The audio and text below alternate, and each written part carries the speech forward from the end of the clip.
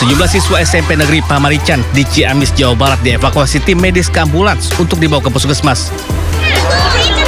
Kelas berapa Bu anaknya Bu? 9. Sementara itu para orang tua panik saat mengetahui siswa alami keracunan usai menyantap menu MBG. Tim medis dibantu guru melakukan upaya pengobatan di ruang kelas. Para siswa umumnya alami gejala pusing, mual hingga muntah-muntah usai makan. Menurut informasi dari pihak sekolah, sebanyak 400 sajian MBG dibagikan kepada siswa. Akibat insiden ini, kegiatan belajar mengajar terpaksa dihentikan sementara. Mual sama sakit kepala. Tadi makan apa sebelumnya? Makan ayam. Ayam. Ayamnya ada rasa apa? Bau atau gimana? Terus kayak masih ada darahnya. Itu rasanya gimana? Enak? Bau atau gimana? Bau. Oh, ada baunya. Ayamnya dimakan habis nggak tadi? Enggak.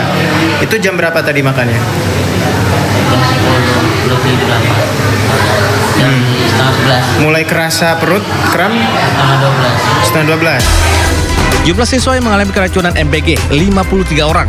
Sebagian siswa diperbolehkan pulang sementara 14 siswa dirawat di Puskesmas Pamarican. 2 siswa di Puskesmas Kertahayu dan 2 diantaranya dirujuk ke RSUD Banjar. Dari Ciamis, Jawa Barat, Acep Muslim iNews melaporkan. Pemirsa, siswa-siswi keracunan lagi selama menanti adanya perbaikan dan evaluasi dari pemerintah terhadap Satuan Pelayanan Pemenuhan Gizi. Ombudsman bahkan mengeluarkan rekomendasi sementara orang tua mulai sanksi. Kita bahas lebih lengkap pemirsa bersama dengan narasumber istimewa saya. Ini ada dari Ikatan Dokter Indonesia, Ketua Umum Ikatan Dokter Indonesia, Slamet Budiarto. Terima kasih Pak sudah berkenan berdialog bersama kami di Sindo Prime, Pak. Ya. Baik, Pak Dokter, ini mumpung ada Pak Dokter ini, saya tergelitik dengan media sosial yang saya baca barusan nih Pak. Isinya begini Pak, selama ini sering dibilang bahwa jajanan sembarangan itu berbahaya. Artinya higienitasnya tidak tahu artinya seperti apa. Tapi ternyata kenapa malah MBG yang harusnya lebih higienis, lebih bersih, malah ada kasus keracunan seperti ini Pak. Apa yang membedakan ini Pak? Dia setiap penyediaan makanan massal itu ekses yang kita tidak harapkan memang keracunan.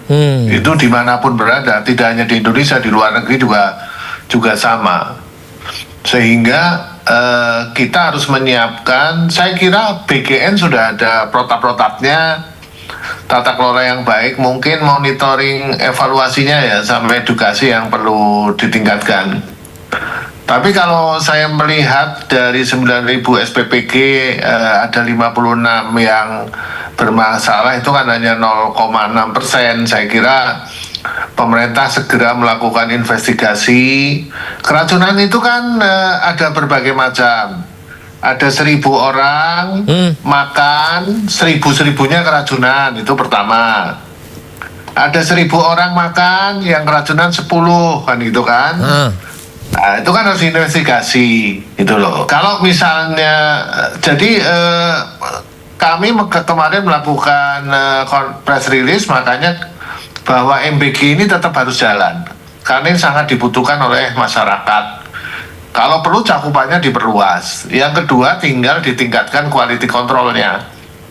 Jadi diimplementasi di bawah, termasuk edukasi terhadap yang tukang masak, kemudian yang mendelivery, ataukah murid juga harus diedukasi, begitu buka makanan bau, jangan dimakan.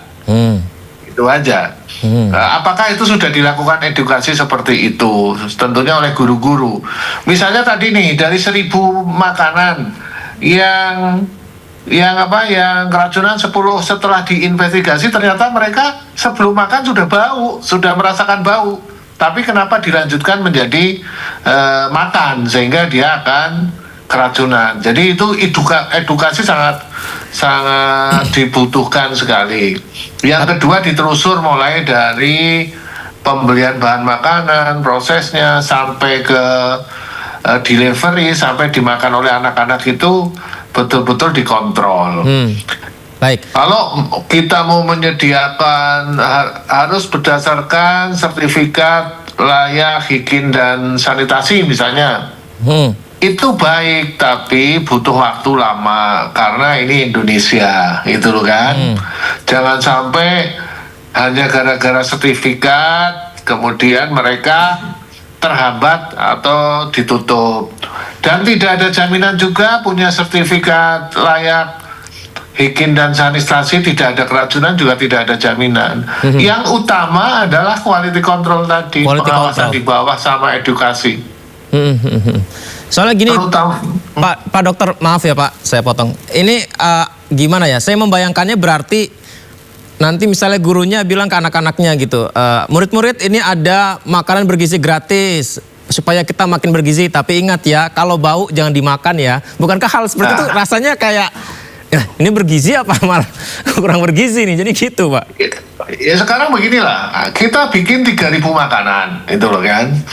Kalau dalam ilmu matematik mungkin ada sekian 1%, 2% yang memang kualitasnya nggak baik dan dia sudah tidak fresh, ada kemungkinan bisa meracuni. Tidak semuanya, itu bisa dideteksi dengan edukasi tadi. Itu loh, itu semua ada tandanya kok, gitu loh.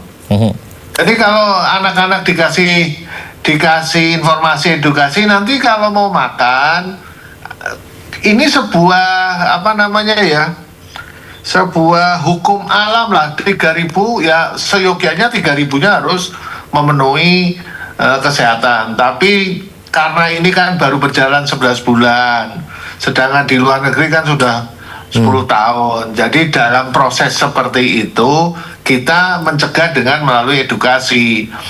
Misalnya ada 10 anak-anak melaporkan ini makanan kok baunya nggak enak, ini kan, nanti gurunya ngecek, oh ini jangan dimakan. Nah, edukasi itu sangat berpengaruh untuk mencegah terjadinya keracunan itu. Pak, kalau melihat dari data yang ada selama ini kan tidak semuanya mengalami keracunan begitu Pak ya?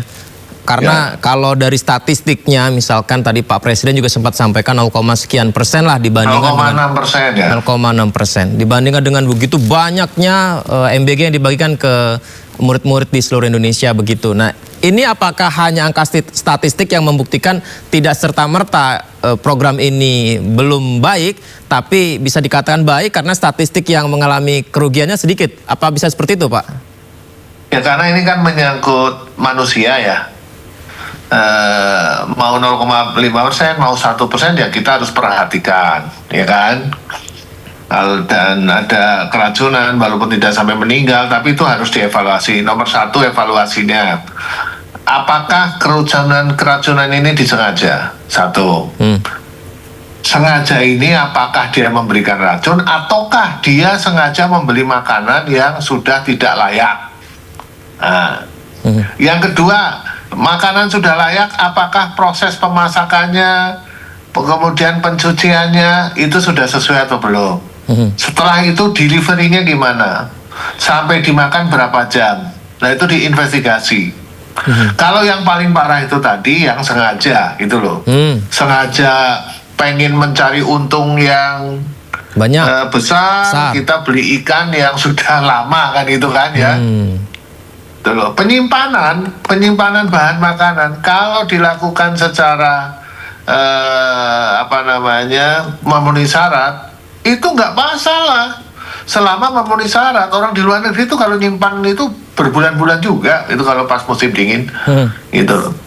Nah itu yang harus diinvestigasi. Kalau memang ada kesengajaan ya SPPG tersebut harus dikasih punishment, bahkan diproses secara hukum kan gitu.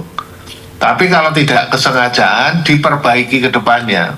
Tapi jangan sampai hanya 0,6% ini akan merusak yang 99,4%, karena ini kan dibutuhkan oleh masyarakat. Jangan dipolitisasi bahwa hal 11 bulan berjalan 0,6% ini mengalami kejadian yang tidak diharapkan, ya kita perbaiki gitu loh. Dan itu dengan melibatkan berbagai stakeholder insya Allah akan bisa dicegah, paling tidak diminimalisir.